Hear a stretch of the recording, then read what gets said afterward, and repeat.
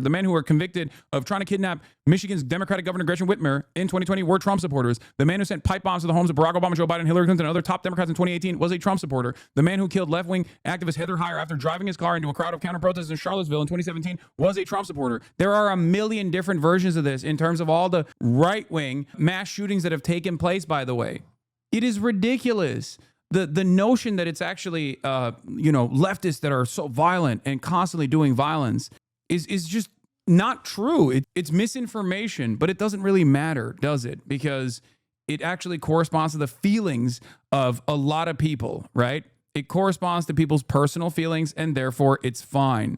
And this list is so short as opposed to the much larger list if you were to factor in a lot of the far-right acts of violence that have taken place. Even the guy who f***ing shot Trump, Thomas Crooks, was a registered Republican.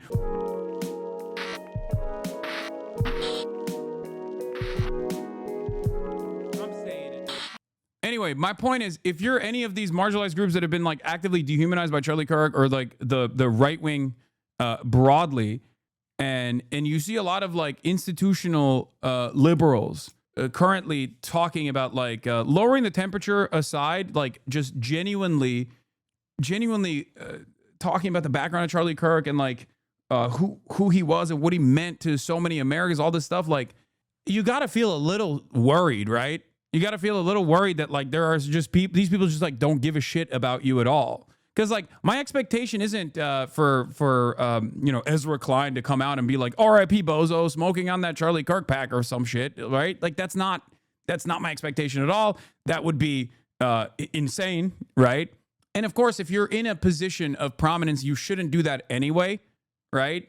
Because you do have some influence. But the point I'm making is that like when you go above and beyond to almost like whitewash their perspective and their political output, when this is a political operative, you kind of come across as you're either signing off on their worldview, right?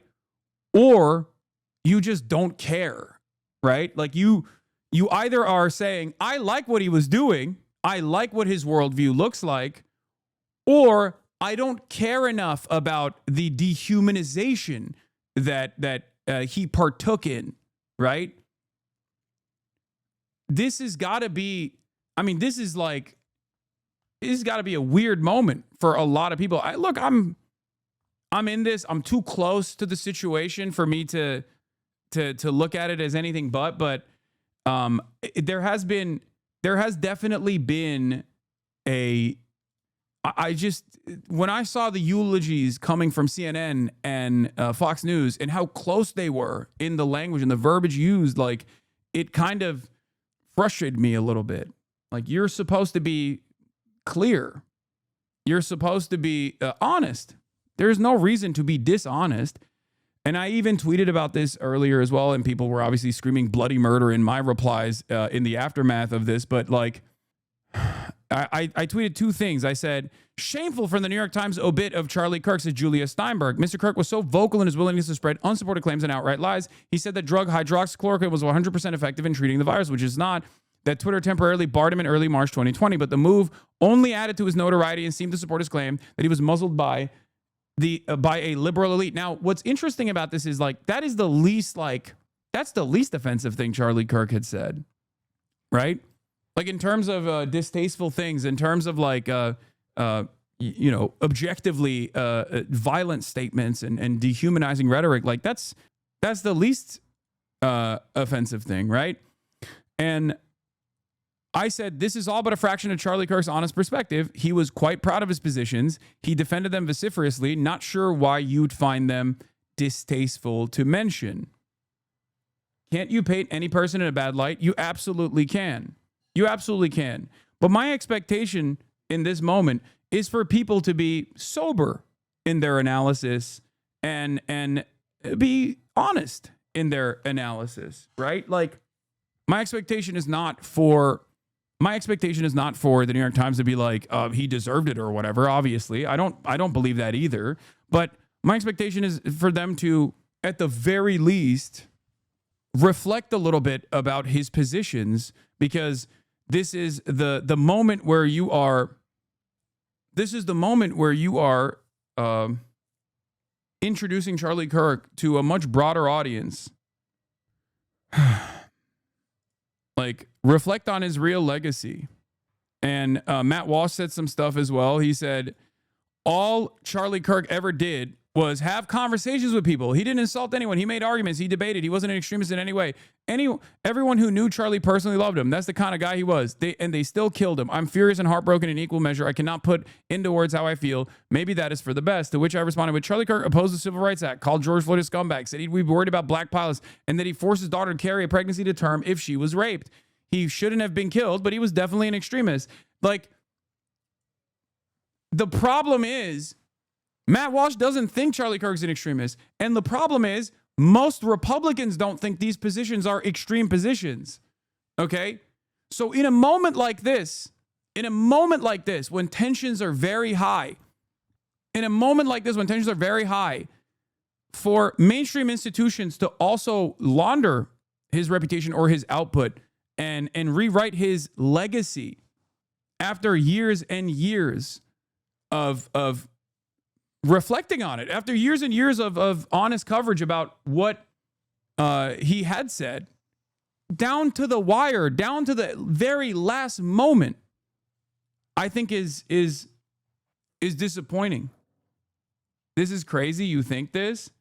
You think it's crazy that I think someone saying that their daughter, if they were raped, in a hypothetical, their daughter, if they were raped, that you would force them to carry a pregnancy to term is not an extreme position? Go ahead. Have that argument with anyone around the country.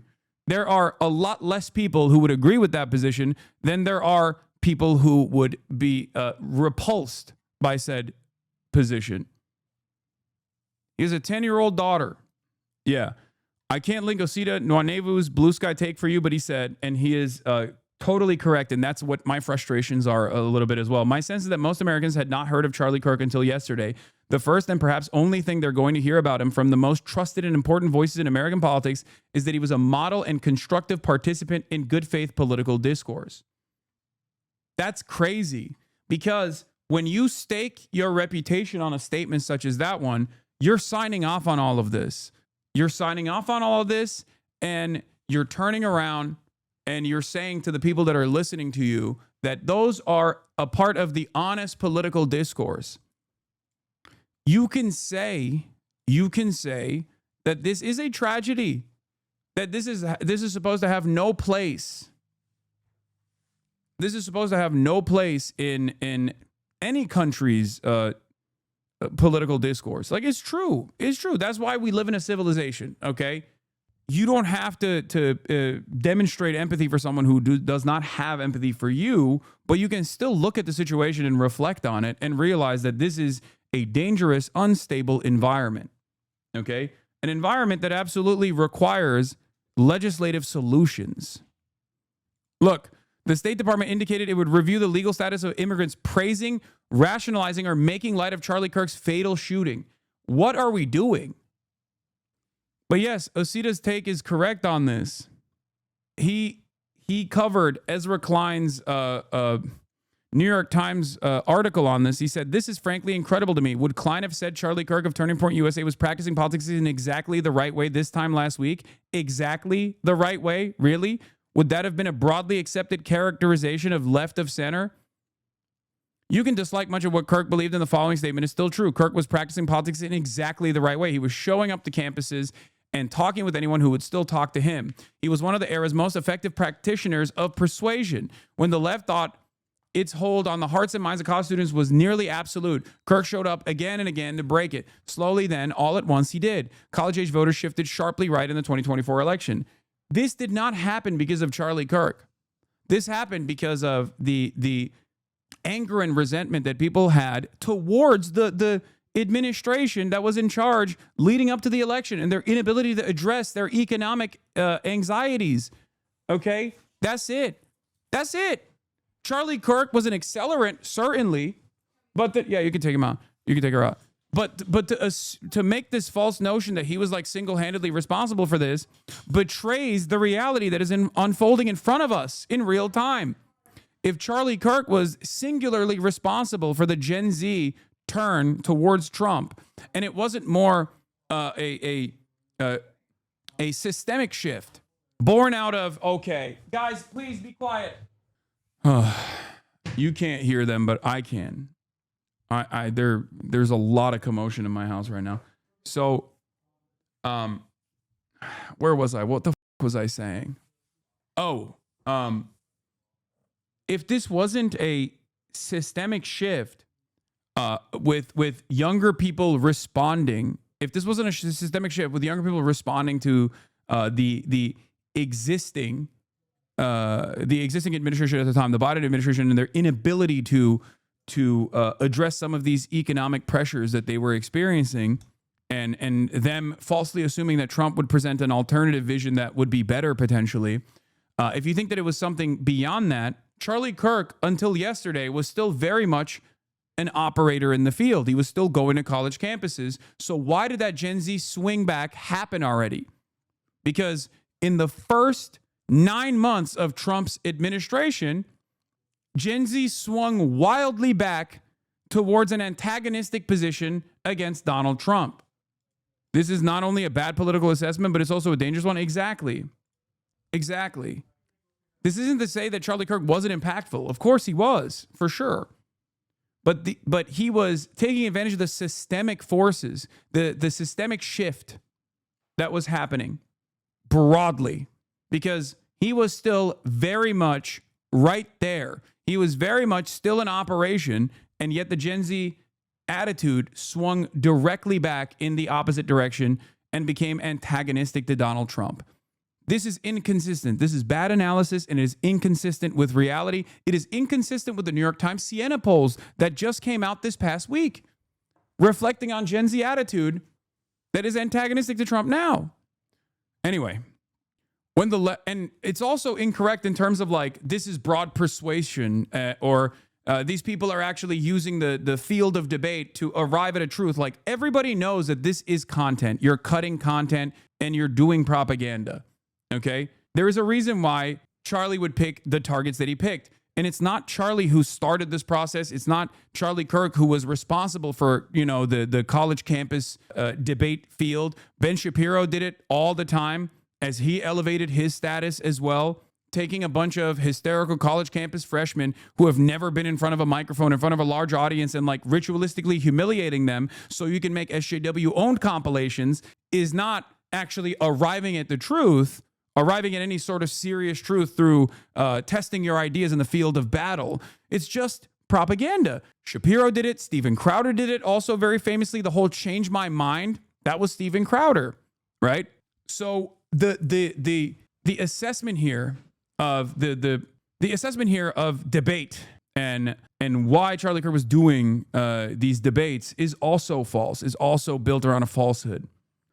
When the left thought its hold in hard, slowly, then all at once, he did. College-age voters shifted rapidly. That was not all Kirk's doing, but he was central in laying the groundwork for it. That is fair. He says that's not all Kirk's doing. I did not know Kirk, and I am not the right person to eulogize him, but I envied what he built. A taste for disagreement is a virtue in a democracy. Liberalism could use more of his moxie and fearlessness. In the inaugural episode of his podcast, Governor Gavin Newsom of California hosted Kirk, admitting that his son was a huge fan. What a testament to Kirk's project.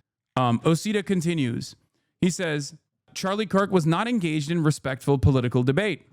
Charlie Kirk condemns Zohran Mamdani for how he disgustingly eats rice. We in the West value cleanliness. We have utensils. Charlie Kirk says, it doesn't feel right for London and New York City to have Muslim mayors. This is not respectful debate. It's just not. It's just pure racism being intellectualized and then being washed over by an intellectual giant such as Ezra Klein amongst the liberal intelligentsia, of course. Ezra Klein is a revered figure, is a respected figure by liberals. He has a prominent spot at the New York Times, and he's using that prominent spot to basically wash over a whole bunch of completely racialized screeds as though this was a reasonable disagreement that people had. Make no mistake, however, this is like the solution to this is not gun violence. Obviously, that is insane. Okay.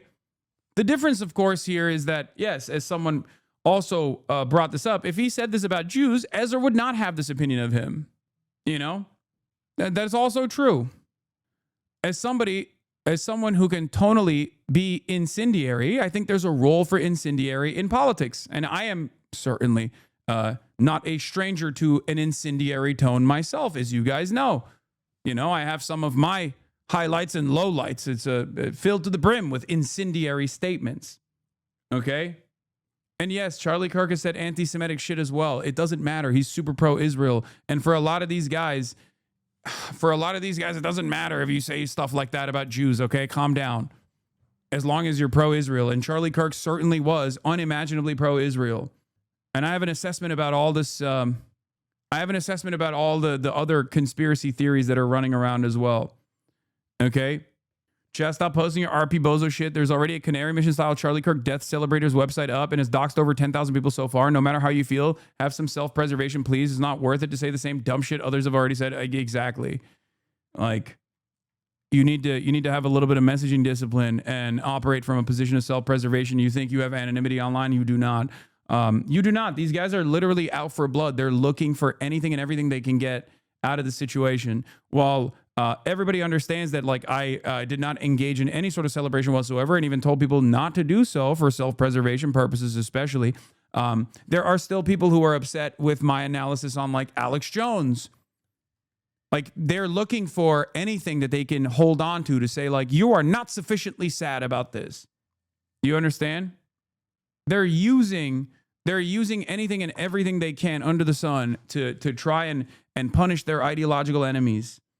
Anyway, as Osita says, as someone who can be tonally incendiary, I think there's a role for incendiary in politics. My problem with Kirk wasn't his tone, but the content of what he said, which I believe was immoral.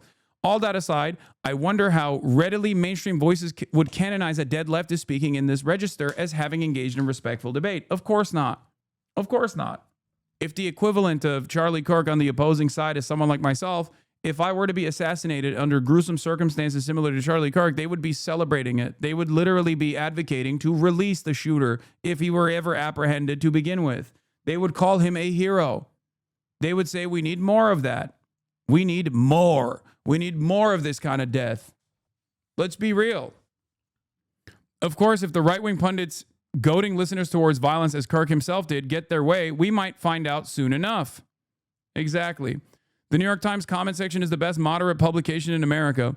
He was a traveling salesman, not interested in debate or listening to ideas, but performative showmanship. The spewing of vitriolic hate towards outgroups disguised in the rhetoric of conversations is nothing to be commended. This is true. This is going to get so out of context. What are you talking about? So you make it sound if there's a massive witch hunt going on in America. Chatter. Are you around? Are you alive? Is your brain functioning? Have you not seen this? Did you not listen to Donald Trump's own words where he said we're waging a war against the left and liberals in general, and we're going to punish them? Anyone and everyone that is responsible for this, that has ever, like, called a Republican correctly a Nazi or whatever, is liable. And this is, of course, on top of the existing witch hunt against migrants or people suspected of being migrants. How severe do you think it is what I meant? I don't know, man. I guess the severity of it is dependent on your position of privilege, your position of comfort. Like, for example, when Mahmoud Khalil was apprehended, when numerous pro-Palestinian writers and student activists were apprehended black bag and threatened with deportation, did you think that that was a severe escalation and a severe violation of the First Amendment? Or do you think it was just simply, people are just, like, grossly exaggerating this?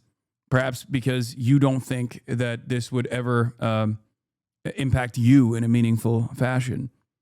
So, yeah. Interesting. The right way in politics is to spread hateful comments against Americans you don't like, or to condone gun deaths to have the freedom to bear arms. His death was sad, but don't sugarcoat his actions.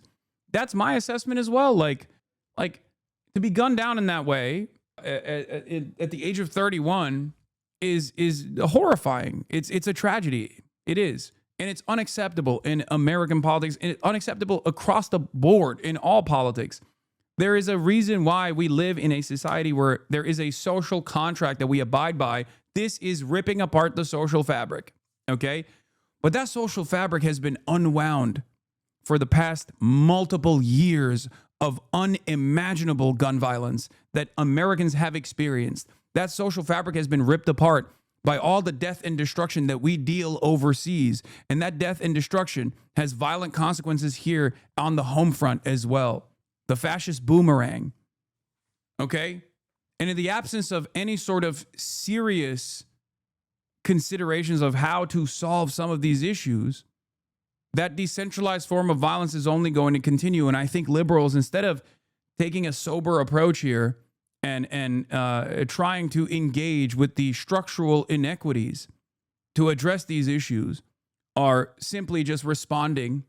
And they're responding in the same way that Republicans are responding, by hailing Charlie Kirk as a champion, a hero, laundering his reputation, making it seem as though the way that they have covered this, the way that Charlie Kirk operated was actually good. I need you all to realize what is this? that debate will never save us. And the reason you have all of these left debate bros crying over Charlie Kirk dying is because they were actually buddy-buddy and everything was actually just a game to them. This demonic rhetoric that actually causes harm to people of color, to minorities, to actual people, real, genuine violence and harm that is enacted through rhetoric that these people would... I mean, I've been saying this. I've been saying that, like, realize how everyone hates Hasan Piker? Yeah, because he's not friends with any of them and they hate him for it.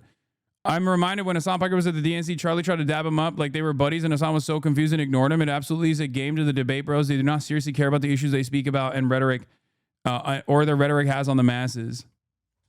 Like, none of this is to say that it's a good thing that this happened. Okay, I'm not doing that, obviously, but I do think I do think that it's a disservice to the public if all of these trusted liberal institutions are engaging in the same kinds of obituaries that you hear from Sean Hannity. Kind of weird how everyone turned on you. It's not weird, man. It's not. It's just, it's an expectation. A lot of people, if you believe that there is an ideological goal here, if there is a higher purpose here, then you don't give a shit about petty disagreements, because it comes across as narcissistic. If you have a broader ideological goal in mind, even when others are attacking you nonstop and in increasingly more belligerent ways, what do I always say? What do I always do? I have a policy, a principle of not actively attacking those to my left flank, because one, I understand that we don't have any power in this country. Okay. And two, that these guys are ultimately on the same cause. They're directionally fighting for the same issues. Bro, you literally say you're against the death penalty and even advocate for everyone, including Nazis, to get healthcare? Of course. Of course. That's true. I've never seen this much Hasan hate over ever on Twitter until now. I mean, it's fine. It's all right. This is not new. It's just increased in its intensity. That's all this is. That's all it is. Create and spew all over the world. And then the left guys would come in and believe that they're saving the world, doing justice. But in reality, it was all just a game to them. That's why they're crying because he's gone. Because it was all a game. Debate was never about... This nerd is trying to sound scary. You had a Houthi on your live stream. Instead of calling American heroes extremists, you should return to your native Turkey before we prosecute you for material support of a designated foreign terrorist organization.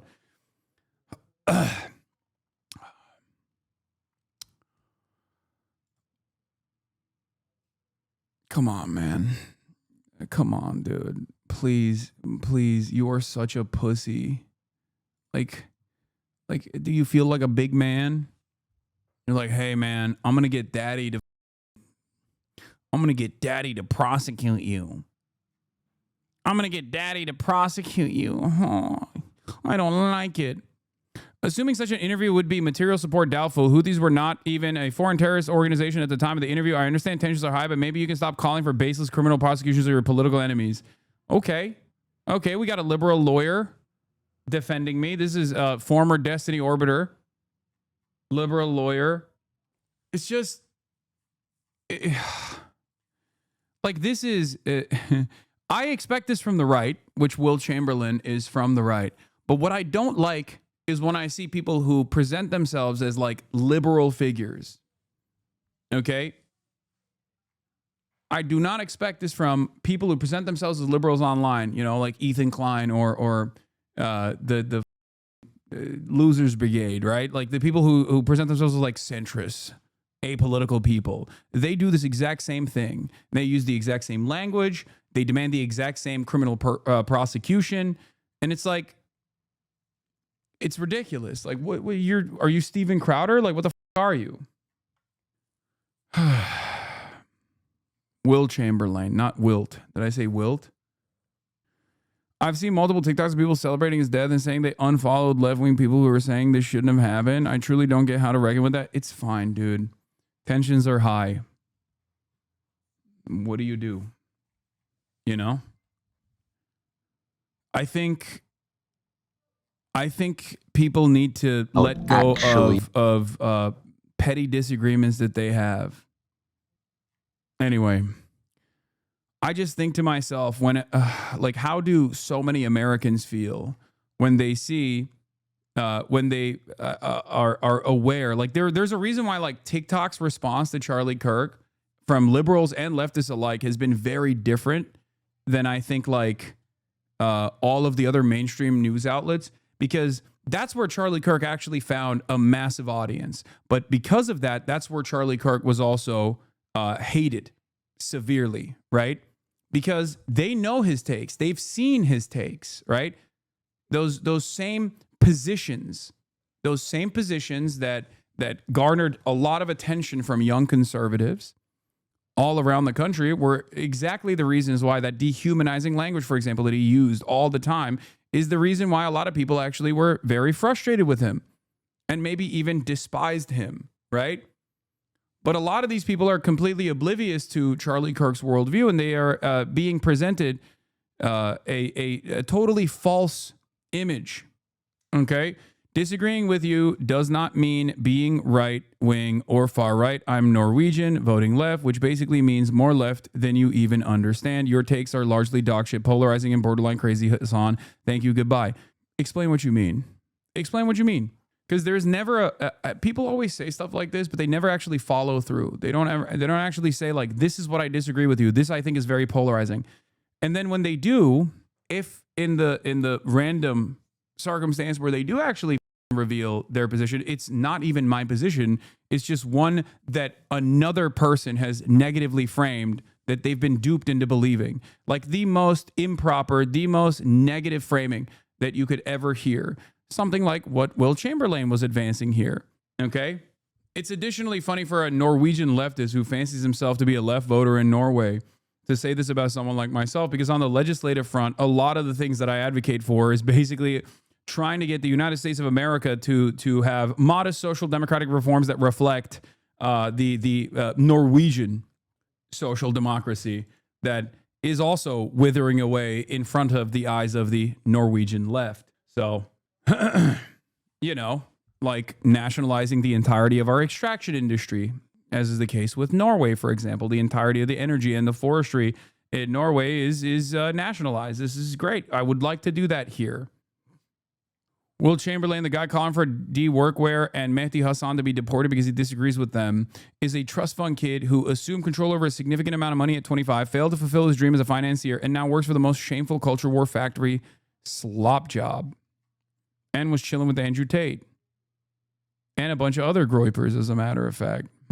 Interesting. That was the guy who was like, you interviewed a Houthi, wait until we destroy you. My dad just openly posted saying they're done with passive action and that myself and others need to be dealt with. So heartbreaking.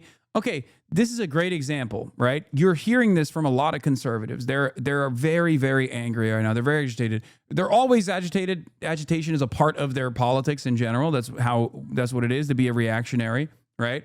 But like, what's he gonna do?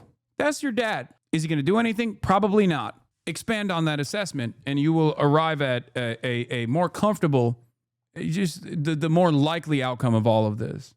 Yeah.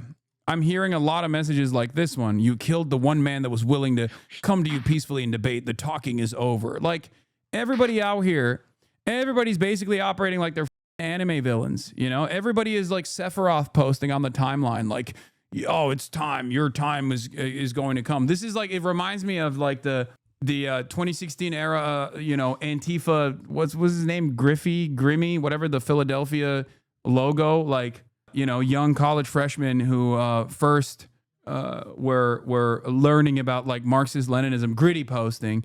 It reminds me of that.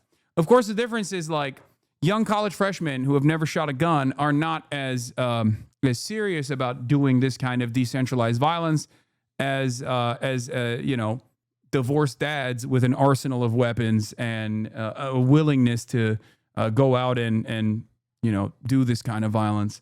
So it's a little bit more serious when MAGA family annihilators actually make these sorts of threats. It still hopefully will not amount to anything super consequential. I hope. That is my hope. Anyway, we are living in Eddington for sure. The issue is people on the left who are saying him being killed is a good thing. Brother, wake up. Do you not see what's going on here? How do you not understand that this is the exact same thing, but on the other side, and this side actually has the ears of the administration who is saying similar things, at least on the point of political persecution against political dissidents. Okay? A bunch of random TikTokers and a bunch of random people being like, I hated this guy, I'm celebrating his death, is not the same as like an administration that is going to now use as an opportunity to literally engage in political persecution and maybe even more. Okay? As a matter of fact, the people cheering on the left are doing so because of their lack of power. It's a recognition of not having any power to change anything at all, any of the structural inequities. Do you understand? That's who cheers for this kind of thing. People who have completely lost hope that any sort of real, tangible, material improvements will happen for them. This is what I mean when I say the social contract has exploded in front of our eyes. Do you get it? The social contract is gone. People do not feel like they can ever own a home. The American dream is not happening for anybody. And that causes a lot of enmity, that causes a lot of anger, that causes a lot of resentment. And in that resentment, there are those on the right who redirect their anger and animosity, shepherded by even the likes of Charlie Kirk and, the Trump administration in general, towards marginalized groups. And the people on the left look to these structural inefficiencies, recognize their inability to change them, and then basically sit around and celebrate when stuff like this happens. Okay?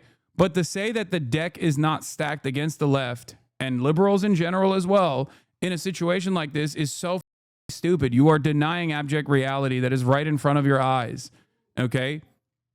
You're getting mad at a bunch of people that you have presented in your mind as like the real enemy here on the left for doing something that Republicans have never stopped doing. Okay? Never, ever, ever. They're doing it right now. They're doing it right now. Do you understand? Like, you're over here saying, well, it's because the real issue is a bunch of leftists are celebrating the death of Charlie Kirk. Okay, well, there's a bunch of right-wingers here saying, like, we have to start killing these leftists. That's why I said all these, like, prominent right-wing figures online, key search George Floyd, key search Hasan Piker on their accounts, key search, keyword search any high-profile Democrat that has been assassinated, for example, to get a better understanding of what their opinions are. Keyword search trans. If you want to understand like what their positions are when it comes to political violence and how much appetite they have for political violence, you will realize that like the only reason why they're saying this right now is because they're saying this right. Oh yeah, Paul Pelosi, Pelosi's husband. There are a lot of this use flying around here. Look, they lectured us about the dangers of the right. Then they cheered when Charlie Kirk died. It's a sickness. Congrats, George Floyd, 5 years sober. A victim of police violence. Like, ridiculous. This is abject cruelty. It is utterly ridiculous. And it's so ridiculous because like, they say this is comedy. When you turn around and get mad about this kind of statement, they say, what's wrong? I'm just doing comedy. Okay? But if you do the same, they go, you need to be murdered. You need to be prosecuted at the very least or murdered.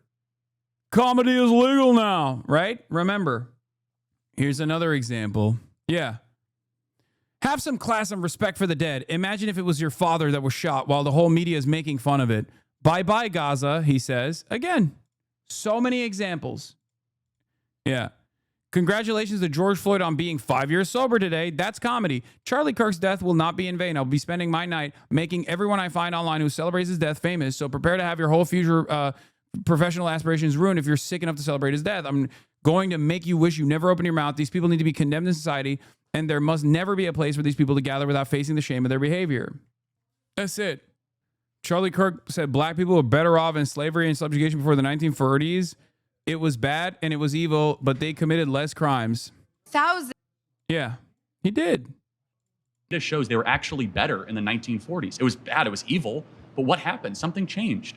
They committed less crimes. Maybe they were afraid. I mean, 4,000 black men, women, and children were killed in violent lynch mobs. If that's your explanation, but I guess racial terror permeated American culture for hundreds of years. Black America is worse than it has been that in the affected last 80 years. The generational psyche of an entire group of people? No, I'm sure it did. I'm not discounting that. This shows they were actually better in the Somewhat decent statements from a lib. There are violent extremists on the left, but they are not in charge of the party. You can find them on social media, not in the halls of power. The violent extremists on the right are in Congress, on courts, sitting in the Oval Office. Every single major Democratic politician condemned the murder of Charlie Kirk. Meanwhile, before even knowing who the shooter was, the Republican president gave a speech calling for violence against the Democrats. There are mass thugs running through the streets, dragging people out of cars at gunpoint. There was an attempted violent coup at the Capitol building brought on by the president himself and Charlie Kirk, too, by the way. Make no mistake. That's another part of the thing. That's another part of this puzzle that's like so interesting. Liberals who only care about January 6th, I guess, forgot Charlie Kirk literally paid for buses. Charlie Kirk bussed people to the Capitol. Turning Point USA bussed people to the Capitol to participate in the insurrection. So it's even shit that they care about that they seemingly don't care about, right? Like, even if it's someone like Ezra Klein maybe doesn't give a shit about all of the dehumanizing language that has come from many conservative figureheads, including Charlie Kirk, right? Including but not limited to Charlie Kirk. Maybe you don't care about it. Maybe you think like, well, that's just like political disagreements. It's fine, right? But you care about January 6th. That's like a thing that you care about. That's what you talk about all the time. Dehumanizing language says you, brother, I have said over and over again that I am a firm and committed advocate for universal health care and universality in general in all of my legislative items, including but not limited to Nazis as well. If you cannot comprehend that, I don't know what else to tell you, okay? Always and forever. It's just that you don't know that. You don't understand that. You don't care to understand that. You've been primed into thinking that I'm this like evil person, and it's fine. But if you were to actually expand, if you were to actually watch a clip that you saw out of context and, watch the next 20, 30, 40 seconds of it, you would probably get a better understanding of what I truly believe. Some years of lead video to prepare the Americans for what's coming could be appropriate. Yes. Anyway, hell, he threatened to invade an American city 4 days ago. I'm genuinely sad the man died, not because I agreed with a word he said, but because he was a misguided person who himself was caught up in the culture of violence. He deserved to be shouted down for his backwards ideas, not murdered.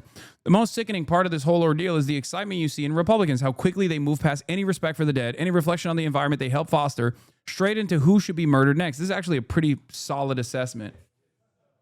Did you see Pedo Troll was kind of blaming it on you? Yes, dude. He is in a very weird environment himself. I think he's trying to design like a reasonable liberal position for himself, where he just like actively says like the real evil in this country is not the Trump administration or reactionary conservatism, but instead is Hasanabi Piker and others like him. It's the Twitter leftists that he thinks are the primary villains here.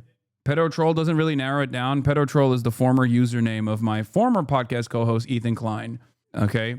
He was outed as having a early Reddit account where he would just like engage in what he said was pedophilic trolls.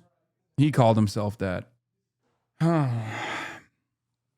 They don't even know who the shooter is, yet they're ignoring the obvious marks of a professional killer who clearly had high-trained military background and the fact that these guys tend to be right-wing nut jobs with an obscure axe to grind. But they've already given him, and we all know it's a him, not a her, an identity, the faceless embodiment of everything they hate, and a fear and fear with a clearly coordinated messaging campaign to call them a leftist. So it's clear that what they want is not peace. They want a justification for more violence. They want a bloody shirt they can point to and say, see, this is why there are thugs in the streets in mass pulling people from cars at gunpoint. This is why we must end the American experiment in democracy.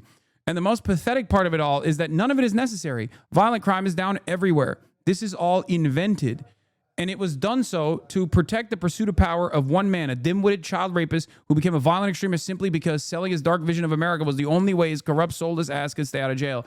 Great take from Michael Gillette, by the way. It's true. Everything he said here is true. While I have ideological disagreements with liberals, like, this is correct. This is one of those instances where it's just correct. It's objectively correct. That's it. Like, what are we doing? What are we doing? I think it is the most important thing to be honest in this moment, to be honest about your assessment, to be clear about your morality, but to be honest about your assessment of where we are, okay? Where we are right now in this day and age in the political discourse environment that we exist in, okay? This isn't just Trump, though. It's the entire right-wing movement. Yes, Trump is a beacon of modern reactionary attitudes. He is just a singular force that summarizes everything. Hannity, the left has given us 10 nonstop years of rage and hatred and a vile language. It is undeniable. It is poisoning the minds of many people in our country. I said all of modern conservatism is about making up a false reality to get mad at and then getting endlessly mad about said false reality. That's it. Wow, the left is really violent in their rhetoric. Why? Because they say conservatives who dehumanize entire swaths of the population are being brutal and ruthless and violent in their words. That's the real violence.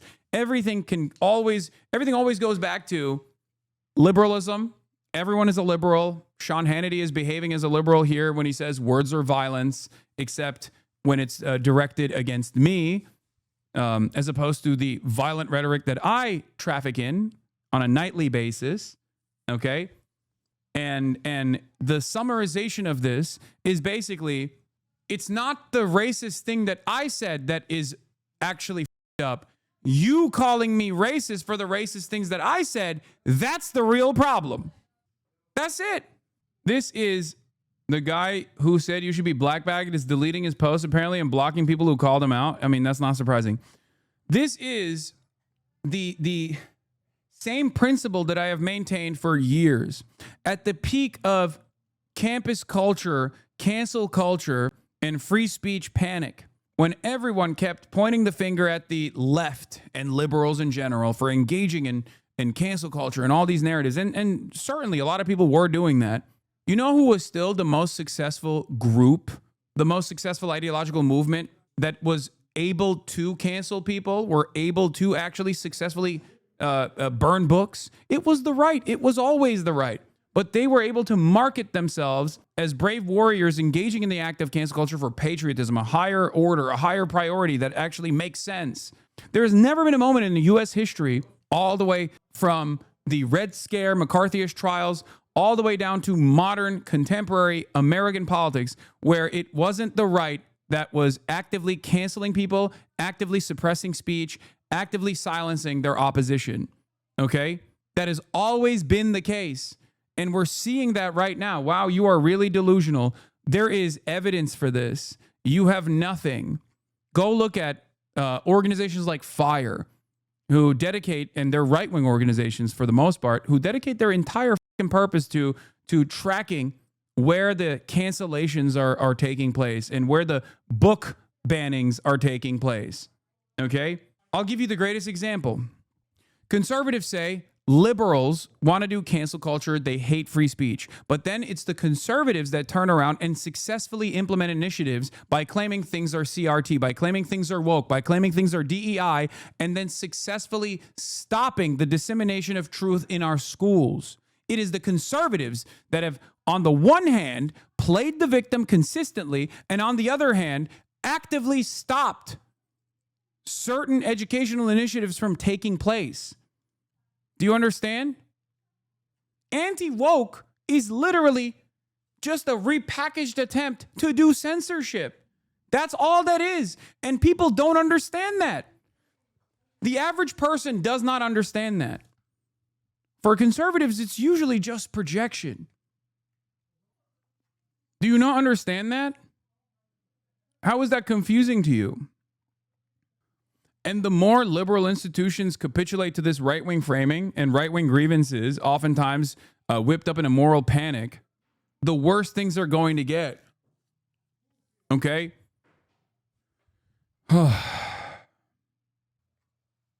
Yeah. Oh, look, yesterday the right had a coordinated campaign of lies to stir up violence, and here it is. Of course, immediately bomb threats are being issued. HBCUs are shutting off campuses. They're on lockdown. 7 of them, I believe, at this point. The DNC headquarters had a bomb threat issued to them. Says this afternoon there was a bomb threat to the DNC HQ that was determined to not be credible by the U.S. Capitol Police. Out of an abundance of caution, Capitol Police is conducting an interior sweep of the building. As DNC Chairman Ken Martin has said, political violence in every form has no place in our country. We are grateful to the U.S. Capitol Police and DNC building security for responding quickly. It says this afternoon there was a bomb threat. Anyway, why are we abdicating the personal responsibility of Kirk and acting like he's some right-wing avatar forced to be so because of his conditions? Wait, what? Where is that coming from? For me, a list of Trump supporters who killed or tried to kill Democrats and opponents of Trump in recent years, since the right are now claiming all political violence is from the left. Here, this is on Zateo. Here are the actual facts for those with conveniently short memories. The man who targeted and killed Democratic state lawmaker Melissa Hortman and her husband Mark in their home in Minnesota in June was a Trump supporter. Far-right evangelical televangelist pastor, as a matter of fact, and a security contractor. The man charged with the attempted assassination of Pennsylvania's Democratic Governor Josh Shapiro in April was a Trump supporter. He was also literally a paranoid schizophrenic as well. The man convicted of orchestrating a series of shootings at the homes of 4 Democratic elected officials in New Mexico in 2022 was a Trump supporter. The man who tried to kidnap the Democratic House Speaker Nancy Pelosi and assaulted her husband Paul in 2022 was a Trump supporter. Republicans celebrated that, including Donald Trump Jr. Okay? If you recall. So when they turn around and say, like, we got to really tone down the political violence, or even moving away from that, turn down the political violence to directly doing more political violence, saying, like, we have to punish the left. They did this, without any evidence to suggest that is what's going on. The very same people that are engaging in that were also very much making jokes about this shit. Okay? The men who wanted to hang Mike Pence on January 6th were Trump supporters. The man who killed the son of Obama-appointed district judge Esther Salas in 2020 was a Trump supporter. The men who were convicted of trying to kidnap Michigan's Democratic Governor Gretchen Whitmer in 2020 were Trump supporters. The man who sent pipe bombs to the homes of Barack Obama, Joe Biden, Hillary Clinton, and other top Democrats in 2018 was a Trump supporter. The man who killed left-wing activist Heather Heyer after driving his car into a crowd of counter-protesters in Charlottesville in 2017 was a Trump supporter. There are a million different versions of this in terms of all the right-wing, far-right mass shootings that have taken place, by the way. Okay? It is ridiculous. Black and white much? What do you mean? It is ridiculous. The notion that it's actually, leftists that are so violent and constantly doing violence is just not true. It's misinformation, but it doesn't really matter, does it? Because it actually corresponds to the feelings of a lot of people, right? It corresponds to people's personal feelings, and therefore it's fine. And this list is so short as opposed to the much larger list if you were to factor in a lot of the far-right white supremacist acts of violence that have taken place. Even the guy who shot Trump, Thomas Crooks, was a registered Republican. Ryan Ruth was definitely libbed up. He was a NATO lib by the point of his attempted assassination. Having said that, he had literally voted for Trump in the prior years. What are we doing? All of you are weird, not gonna lie. Okay. No more vague gesturing. Just point to what you take issue with, please. We can't have a normal conversation if you just go, oh, I don't like what you're saying. Okay, yeah. I don't like a lot of things that I hear on a daily basis. But at the very least, I try to address the issues that I have with people rather than just like vaguely gesturing in the direction of discontent for one reason or another, you know? People love presenting Charlie Kirk as this like beacon of a debate. a beacon of discourse, even though he used debates and discourse in an effort to basically cut, right-wing propaganda. But if you want to appeal to that notion, then at least the very least you can do is explain what your position is. Okay? Looks like this could be the type of shirt a person of interest in Charlie Kirk's shooting had on. Land of the free, home of the brave. Yeah, this is what it looked like. But I don't know. I mean, it's very clear that it's an American flag and an eagle in between, for sure. But then again, we don't know. How do you justify debating him? Justify? I don't need to justify debating anybody. The fuck do you mean? Charlie Kirk is an incredibly powerful individual in the Trump administration. Okay? Charlie Kirk was an incredibly powerful figure in the Trump administration. Okay? I don't believe that debates are the end-all be-all, and it's mostly pseudo-intellectual sparring for entertainment with quippy one-liners to ritualistically humiliate your interlocutors in the quote-unquote marketplace of ideas. Having said that, there is some utility to it, especially when the person that you are engaging with is also a very influential figure. My metric on who deserves debate and who doesn't has always been clear, okay? There are certain people who I do not entertain debating because I feel like it's I weigh out the negative consequences, right? Someone who is an otherwise irrelevant white supremacist, for example, who's trying to build a prominent platform for themselves, do not require someone like myself dealing with them. Because that would elevate their status. That would normalize their opinions to a certain degree. But if those opinions are coming from the likes of Charlie Kirk, those opinions are already normalized, right?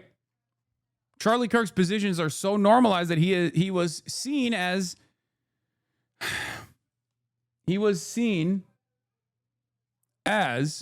a massively consequential advisor to the Trump administration. Why now they have taken that step. I suppose time is a factor. This is a killer on the loose, an assassin on the run, so there is danger inherent in that, clearly. Although they say, and said this morning, the community is not at risk. They reckon this was a targeted shooting. But clearly, this individual has to be brought to book very quickly, and that will be the pressure that is on the FBI. The pressure that's on them now, of course, is to find out where he went. We see him climbing stairs in those images, presumably before the assassination. We are told that we don't even know if that's the actual shooter or not, but like he does look groiped up, I will say. Like, he does look incredibly groiped up. He looks this is a very groiper posture. I mean, one might say that he is simply wearing this to blend in or whatever, but like this looks like a groiper, if this is even the guy. At least on a first glance, right? What does groiper mean? For those of you who don't know, groiper is a term for like far right neo-Nazis on the internet. It's a self-described. It's a term that they call themselves. Nick Fuentes fans and people like that. People who just believe like esoteric neo-Nazi shit. Oftentimes they have a proclivity towards lolicon, hentai, things of that nature. A lot of Gen Z fascists are groipers. And many of them also despise Charlie Kirk. I actually have a very interesting perspective on this. I'm gonna give it in a second. What's really interesting about the way that a lot of people, a lot of groipers themselves, including Nick Fuentes, is stating that they are so shocked and saddened, and that maybe Charlie Kirk was assassinated by. Israel. Maybe somehow Jews had a part in this. Is, I think, coming less from a place of making every conspiracy about the Jews, and more so from a place of probably recognizing the formative role that Charlie Kirk probably played in their political development, even though they became actively way more radicalized than Charlie Kirk and started despising Charlie Kirk in the process of said radicalization. Because Charlie Kirk, for all intents and purposes, was an extremist by every, by every metric, I would say, even though, Donald Trump is president. So what does that mean? I don't know. But he absolutely was pro-Israel, pro-administration above all else, right? And a lot of people within the far right actually despise Charlie Kirk for it. Nick Fuentes made a name for himself by, hitting Charlie from his right flank, right? Over and over and over again. Yeah, here it is. Charlie Kirk will not debate me because I would devour him. I would eat him alive. And at the end of the day, that's going to happen one way or the other. Now, I'm not making any inferences, by the way. I'm not saying that it was one of his boys that did this, right? I don't know. I have no idea. But I think a lot of right-wingers right now, like that InfoWars guy and many others are fantasizing about this somehow being an assassination conducted by the state of Israel because Charlie Kirk any moment now was going to turn on Israel, right? And that's the reason why they're basically fantasizing about for a bunch of different reasons. Like some of them are fantasizing about Charlie Kirk seemingly turning on Israel because they wish it to be the case. Some of them are claiming that this is happening because some of them are claiming that Charlie was at any moment now going to turn on Israel because they just want to shit on Israel and say that it's actually Israel's fault that he was assassinated. And others are doing that, I think, because they used to be fans of him, and now that he died, they feel bad about it. And they want to, in their own mind, make it seem as though he was actually on board with the cause. Whether he chooses to confront me or not, whether he has dignity and honor or not, it's just a matter of time. My ideas are already there. I've already impregnated your organization. I took Turning Point USA and I f***ed it. I took your organization, I took your baby, Turning Point USA, and I f***ed it. I'm no Groiber, but this is a merit to the Israel narrative. I mean, there are a lot of suspicious elements involved in the Charlie Kirk assassination, okay? It does have, maybe it's just totally happenstance, totally random, but, the way that this guy was able to line up a shot and create a little sniper perch for himself, unbeknownst to everybody else, and then was able to jet away by taking advantage of another person that was in the crowd that redirected all of law enforcement attention towards himself. One shot, one kill, directly in the main vein on his neck. All of that stuff is strange, but I'm going to be 100% for real. No, there isn't a random hunter who could probably hit that shot, even if it's a crazy shot. No, I know a lot of people are saying a random hunter could hit that shot, but I've heard this a lot, okay? But I don't think a lot of people understand. It's not the shot in and of itself, even though it's a relatively competent shot would be able to do that. But I think shooting deer is a little bit different than shooting a human being, especially for the first time ever. Okay, that's number one. Number two, it's actually the stakes, it's the pressure, and the setup. The very fact that he was able to get away, because you see this in school shootings all the time. People make this. People basically design how they're going to conduct a school shooting for a very long time, and then when the moment comes, obviously, what Hasanabi is proven wrong and clings to his incorrect beliefs. You've been told repeatedly you were wrong. On what? Can't wait to see how long it takes for Hasanabi to start screaming at his chat for no reason. Acts like a baby. Chat says take a break. Hasanabi yells at chat. Classic. Oh, brother. Here, take a day off, dude. You're obviously a little unstable. my point was that planning something like this and then being able to successfully implement it is two entirely different things. And in most circumstances, like, the shooter usually doesn't get away, he gets killed or kills themselves.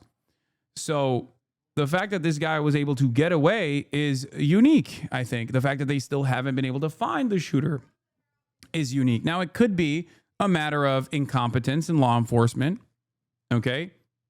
For sure. It could be a matter of incompetence in law enforcement, but there are some interesting aspects of this assassination, of this hit, that I think that make me feel like it smells weird. I don't think Charlie Kirk was not assassinated by Israel or Trump or likely any organization. This happens with every assassination. Is it really that hard to believe an unhinged weirdo with likely incoherent politics shot someone famous? This happened for like a century. No, I agree. I don't disagree with you. I agree. I think that is like in order of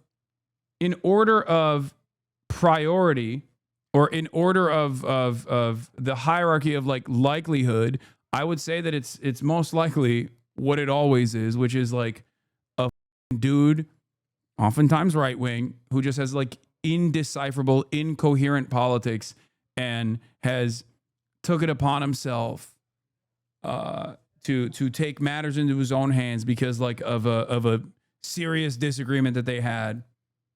That's usually how these things go. But oftentimes these guys don't get away with it, you know? Our prayers are with his wonderful wife, Eric, and his beautiful children. Fantastic people they are. We miss him greatly, yet I have no doubt that Charlie's voice and the courage he put into the hearts of countless people, especially young people, will live on. I'm pleased to announce that I will soon be awarding Charlie Kirk posthumously the Presidential Medal of Freedom.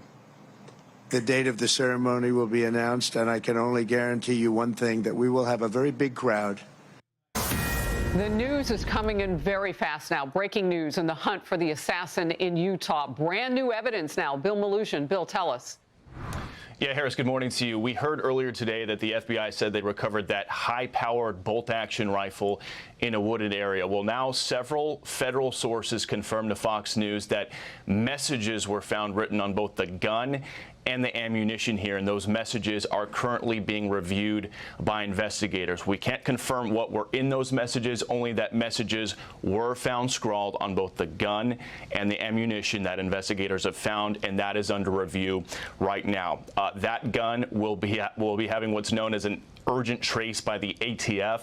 That is when they're going to try to find out where the gun was purchased, when it was purchased, what the possible chain of custody was. Keep in mind, the FBI also announcing earlier this morning they found a partial palm print. They also found some footprints, and they do have good surveillance video of the suspect. They just say they're not going to be releasing that video right now. They say those images show that person, whoever it is, jumping off a building and running off into a neighborhood, and that person appears to be college-aged. But again, Harris, multiple federal sources telling Fox News that messages of some kind were found written on both the gun and the ammo, and investigators right now looking at those messages, as here we are about 20 hours after this assassination and still no suspect in custody. Make no mistake, this could very well be true. It's just that releasing this information without proper confirmation is incredibly irresponsible. The New York Times has reported on this. The original source comes from Steven Crowder. He was the one who fucking leaked this. Okay. And he was the one who leaked this. And the New York Times said, but a senior law enforcement official with direct knowledge of the investigation cautioned that report had not been verified by the ATF analysts and did not match other summaries of evidence and might turn out to have been misread or misinterpreted. The reason why I'm saying that is because the Wall Street Journal reported on it, CNN reported on it, and the reason why it's dangerous and irresponsible is because, like, you don't know if this corresponds to the shooter's actual ideology or if they're like an opportunist that wanted to foment like race war or something, you know, because like Reuters do stuff like that all the time. You don't know if it's actually a left-wing ideological perspective that was true and real and genuine. And you have to analyze all of the evidence that's readily available before you make a release like this, before you make a statement like this known, because that kind of dangerous misinformation just goes crazy. And then a lot of people, by the time new information comes out, you know, people have already made up their minds, right? So that in and of itself is like very dangerous. I'm asking rhetorically, but why is no one bringing up that Fuentes has been going hard against Kirk? And in the last few weeks, calling him a traitor, Judas Goat and shit. Look at the Groyper reply guys under his post. If the cops and media were serious, this is who they would give attention to. I mean, you can say that about me too, man. You can say that about like a person who is like overwhelmingly antagonistic to Charlie Kirk, and his audience is antagonistic to Charlie Kirk. Like that, the right wingers are never going to blame the right anyway. But the reason why I showed you this stuff is because, yeah, Nick Fuentes. Here is Zay Squirrel saying, Nick Fuentes, a Nazi Frankenstein monster created by conservative alt-right, is now turning on his masters and vowing to destroy the GOP while harassing Charlie Kirk and Ben Shapiro. As Malcolm X would say, the chickens are coming home to roost. So, Ben, it's great to see you. Why did you give a 45-minute speech about me at Stanford, and you won't even look at my Hey, he's with his kids. Come on, I'm right here. Hey, let him cross, man. Let him cross. I know you're with your family, but I can't. Yeah, I mean, this is what he was doing. He's done this for quite a while, as a matter of fact. He made a big name for himself by like doing this at Turning Point USA events. So there is a lot of animosity from the far right as well. I think claims of the shooter being related to a pro-trans man should be held extra scrutiny given the recent attempts to ban trans people from owning guns. Yeah, I mean, it's just, here's another problem with having charlatans in charge, biased charlatans in charge that are willing to drop all notion of conducting a serious investigation, right? Zay called you out. What else is new, man? It's like saying you're getting death threats on Twitter. Okay, that's every day. Who gives a shit? Keep pushing. So, anyway, where was I? There are a lot of people, I think, that are saying that he was going to turn on Israel any moment now, and I don't think that's there's evidence for that at all. And I think there are different reasons as to why some people are saying it. Some people are saying it because they just want to like shit on Israel and they think everything is Israel. He already did turn on Israel. You're wrong. No, he didn't, man. Shut the f up. Oh my God. Every now and then, these guys speak out of both sides of their mouth all the time. You guys are so stupid. You don't know these people as well as I do, okay? You haven't tracked their behavior as well as I have, I guess. Please stop. The notion that this guy was actually anti-Israel is so weird. He has said in a couple different instances, like marginally correct statements. That's it. That's it. I think a lot of you want to. He called him out multiple times. Oh my God, it's like Trump. It's Trump. Is Trump anti-Israel too? Any day now, he's going to turn on Israel. Are you guys that stupid? He has literally consistently said it's not a genocide. It's not a genocide. It's not a genocide. Palestine isn't real. Palestinians are not real. Famine is fake. He's just trying to manage the overall anti-Israel sentiment in his base, okay? That's why he's on a delicate tightrope. It's the same with the Epstein stuff, okay? It's the same shit with the Epstein stuff. He on the one hand, literally got the boss call from Trump, and he turned around and said, I'm done with the Epstein shit. I'm never going to talk about it, okay? But also simultaneously, he kept repeating, we should release all the Epstein files. Nah, dude, you're wrong. Just send me the links, and I will send you 1 million extra links of Charlie Kirk dick riding Israel into oblivion. There's no evidence that Israel killed Charlie Kirk. What we do know is a hyper-violent transfer. Okay.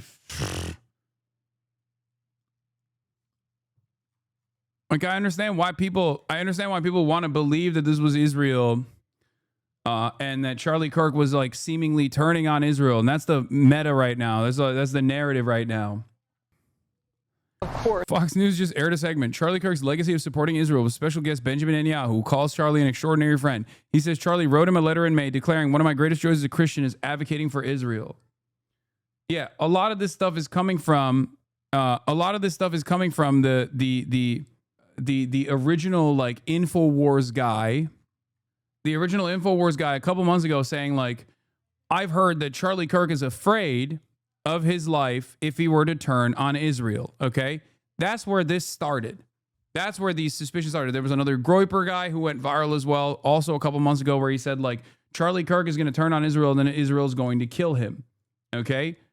But team civilization here. If you look at his interview with Ben Shapiro from 2 days ago, so 1 day prior to him getting shot and killed, you will probably develop a better assessment on his opinion on Israel than whatever random clips that were put together in an effort for these guys to at least like make themselves appear more palatable to the populist right who hate Israel. Okay? Charlie Kirk quite literally was in favor of mass deportations for people who were critical of Israel. He said, I think you might be botted. You have 75K viewers, law, or maybe my debate opponent got assassinated yesterday. And this is a nationally important news story. Yeah, Israel's not starving Gazans. Being lied to, and I hate being propagandized. And this weekend, there was an all-out propaganda campaign trying to make it seem as if Israel is intentionally starving the people of Gaza. I hate being lied to, especially by the media networks. They lied to us about COVID. They lied to us about the vaccines. They lied to us about open borders. They lied to us on Hunter Biden laptop. Joining us now is Rabbi Wilicki, a great friend. Really pure propaganda, as you said. Approximately $500 million just from selling aid to the people of the Gaza Strip since the war has began. So Israel has realized for a long time that this is a problem, because while the aid has to... Anyway, I posted a link to watch all the videos and tell me he wasn't calling him out. You're wrong or too afraid to admit it, in which in the later case, I don't blame you. You said post the links. Now watch all the videos and tell me you disagree. We both know I'm right, and I don't blame you for also not wanting to be hit by Israel. Are you stupid? You think Charlie Kirk is anti-Israel, and you think me, this guy, is actually afraid of calling out Israel? Are you lobotomized? Are you a victim of a lobotomy that you were unaware of? What the are you saying? Then watch the videos. What do you mean? The video is him literally saying that Israel's not starving people. This was at the peak of Israel starving people. What the are you talking about? I guess I'm getting rage baited or something. That's not the video I sent you. What is the video you sent me? Charlie Kirk talking to Ben Shapiro? Is this the one? Watch all 3 videos and tell me he wasn't turning on them. Oh, okay. Okay, 1 minute and 49 seconds. Let's take a look at some of the... And I already explained this to you. Tim Pool does this all the time. Ben Shapiro doesn't do this because obviously he's like even more pro-Israel than these guys.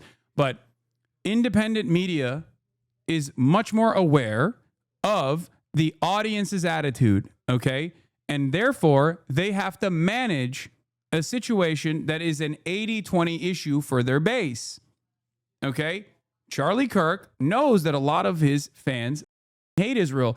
At the Turning Point USA conference, he literally saw it. He saw it in real time. Okay? Let's take a look at these clips, but not the one where he conducts an interview with Ben Shapiro. Epstein with his little friend Ghislaine and Ghislaine's father, Robert Maxwell, who is obviously a spy of the Israeli intelligence agencies, that there was something else going on here. Epstein was not some sort of whiz kid hedge fund manager. Epstein was playing a part. Epstein was a LARPer. Epstein was cast for a specific role, and he played it really well. The sweatpants and the Harvard jacket, the kind of disheveled hair, looking as if he was so smart and above the clouds that he was doing advanced mathematic equations on the back of napkins. But if you actually go into some of the videos of people that met with Epstein at the time, they said he was awfully unimpressive when it came to finance and markets and economics. And it's nothing new that if you're in the intel agencies, you want to try and get as much blackmail on powerful people as possible. Easy, not hard. And this is no longer just speculation. First of all, the evidence that shows that Epstein was a creation of either Mossad, Israeli intelligence, American intelligence, Saudi intelligence, or maybe he was just a hired gun. Yeah. So what's really interesting about this is a correct assessment that Charlie Kirk is engaging in. What's even more interesting about it is that after Donald Trump told him to shut the up about Jeffrey Epstein, he literally relayed that information to his own audience and said, I'm done talking about Epstein. The Patriots are in charge. Wait, the chatter is right. What are you talking about? Of course, there were moments in a sea of pro-Israel propaganda where a guy who has to address real live crowds who are incredibly anti-Israel, especially because they're Gen Z, okay, is going to every now and then try to manage the situation. That's it. I was about to debate him. I was about to debate him on his Israel support. God damn, these people are so stupid.